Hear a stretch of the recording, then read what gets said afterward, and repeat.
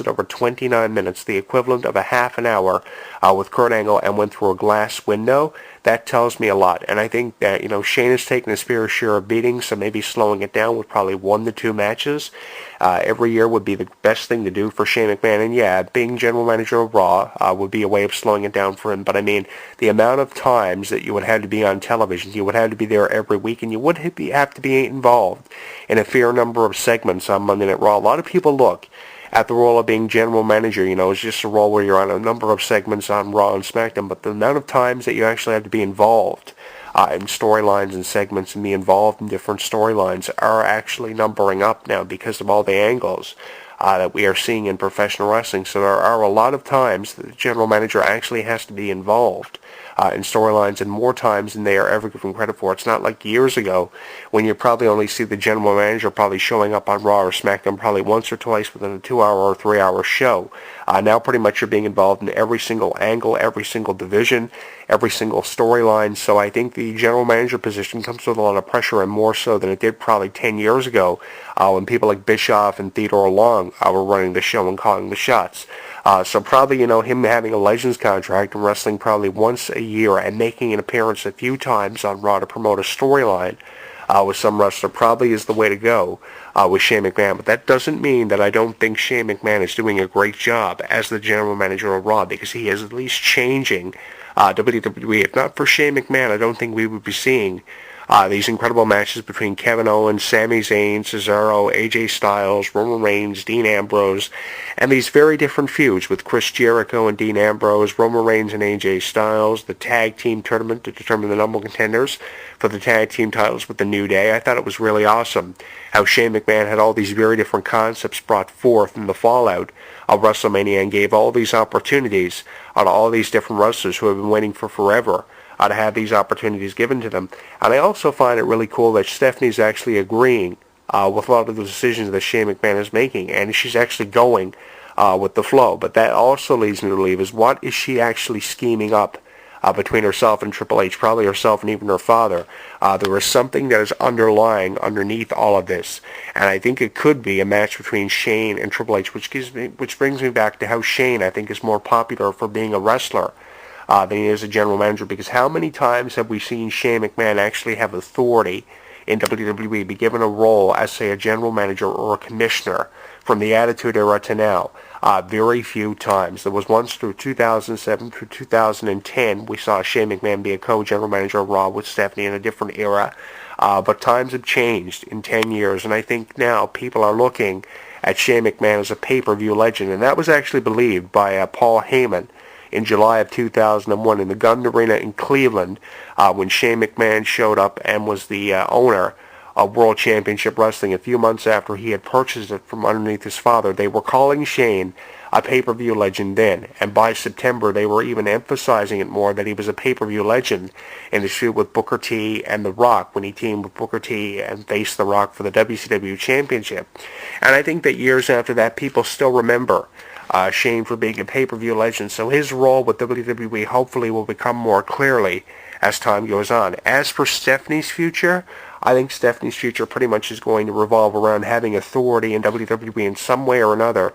Stephanie will continue to have power in WWE, but with Triple H, I think Triple H being off TV is one of the best things that could have ever happened for wrestling fans who have grown tired of seeing the same stupid thing from Triple H every single week, coming up making a no disqualification match. How does that better the ratings and the morale of professional wrestling by seeing a no disqualification main event every week, probably 2 or 3 6-man tag team matches? If it's not a no DQ match every week, it's the same inadequate concept every single week on Monday Night Raw. It's themed around these 6-man tag team matches, these 10-man tag team matches, these stipulation matches. I hate the whole idea of Triple H and the way he runs the show. Now, yeah, he does a good job time and time again, but there are more times that he doesn't really come through with what he's doing as the COO more times than he should be. And I think that he's letting a lot of people down, and that's the result of all this criticism that we are seeing from all these fans, which I can't really blame wrestling fans for getting in the face of Triple H for saying, because Triple H really doesn't have a sense of direction when it comes to the company. So probably you should leave it up to your wife running the show. If you have to substitute her and Shane for their father, because their father now is 70 years old, and his age is becoming a factor, there are times now Vince has to be told and reminded of what to say when coming out and dropping a promo, but he still does a really good job. And I think there are a lot of wrestling fans out there that would actually prefer seeing Vince McMahon be in full control of WWE over someone like Shane and Stephanie, given the extreme rarity that we see Vince McMahon actually be involved in the wrestling angle now and actually coming up and making decisions for the betterment of the company. He said at Payback something really interesting. He's still just as smart as he was 10 years ago. He said, I want to see bad blood between the two of you because of the controversy that could be created between his two siblings, and we are seeing that. We might not be seeing it in full force as of right now, but say by July or August, by the time we get to SummerSlam, yeah, we'll see that confliction, and yeah, we'll see ultimately what's coming out of this storyline happening in the future, and I'm excited to see what's going to be happening here in this storyline. God, this cold is really bothering me, and again, I do apologize for actually having come down with this congestion, but I am really excited to see where this storyline is actually going to go with Shane and Stephanie. What ultimately is the climax of this storyline. And that's the unpredictable thing about this storyline. Nobody knows what the climax of this storyline is going to be. Is it going to be Shane McMahon versus Triple H? Or is it going to be something else? Probably like Shane McMahon versus Kevin Owens. Because, Triple H is just a way of us drawing a conclusion as to who Shane is going to fight next. But you had better believe, regardless of who Shane fights next, after that incredible match with The Undertaker and him coming within an inch of his life of actually defeating The Undertaker and solidifying his legacy as a pay-per-view legend, which is something that I think he ultimately did win or lose that match with The Undertaker, with how incredible it was. He went a long way in solidifying his legacy as a pay-per-view legend. Now that he is a pay-per-view legend for sure, and God knows he's a pay-per-view legend, he is going to wrestle again, whether it be against Triple H or someone like Kevin Owens, even Sami Zayn, if they have to go that far with it. They're just trying to figure out who the next opponent for Shane McMahon is going to be. And you know something? It wouldn't surprise me nothing if it was Kevin Owens, who was the next opponent for Shane McMahon, in line with how many times Kevin Owens has come out and made a point to get in the face of Shane McMahon, which is why I think it's great that Shane's the general manager of Raw, because, he's promoting other people besides the Triple H's and the Undertakers of the world. He's taking time out of his busy schedule and or life, creating the next generation of people who are going to run the company he allows with his wife and making decisions to better the company. He's taking time out also to promote people like Kevin Owens who deserve this push. And I'm not playing favorites with people like Zayn and Owens because I'm Canadian like them. I think they're great talents, and they're probably some of the best Canadian wrestlers that we've seen in a long time. And people like Jericho, it's cool they realize it too, because we're seeing matches between Chris Jericho and Sami Zayn and Chris Jericho and Kevin Owens. So I think they have very promising futures, and it's awesome that people like Shane McMahon realize that by the time they are taking out to promote these wrestlers, which is why I think the future of professional wrestling is more promising than what it probably has looked in the last probably 5 through 10 years. And I think we are well on our way to establishing the business for the next decade with new champions, new challengers. I really appreciate the new storylines and where we're going with them. It's unclear where we're going with them in the way of the climax.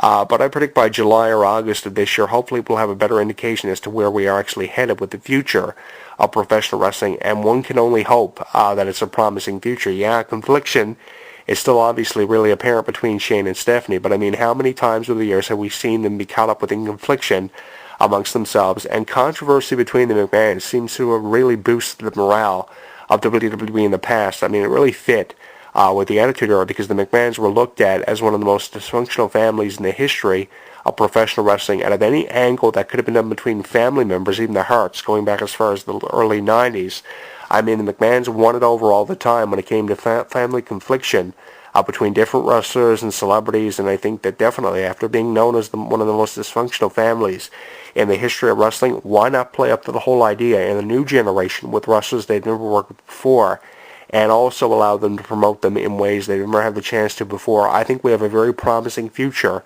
ahead for us, regardless of how you're looking at it. You may not be a fan of Roman Reigns being champion. You may not be a fan of the likes of Kevin Owens and or Sami Zayn and then mixing it up with legends like Chris Jericho and many others. But I mean, you throw Brock Lesnar in there, a returning John Cena, possibly Randy Orton in the future, and we have something to be looking forward to, and something ultimately to come out of the day of being really excited about. And I don't know about you, but I'm excited for the future of professional wrestling because of co-general managers of WWE. No Triple H, which I hope they keep the idea of and running with.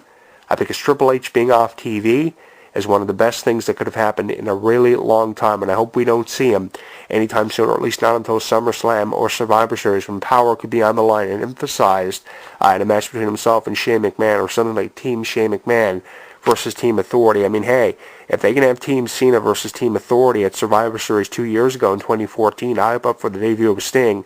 Who knows what could happen for this year's Survivor Series? Team McMahon versus Team Authority, probably with Vince and Shane teaming up to go up against the Authority. Even if you had to go that way, at least it would be different. But I mean, we're going to be excited for the future, and I think we're going to be excited for a very long time. This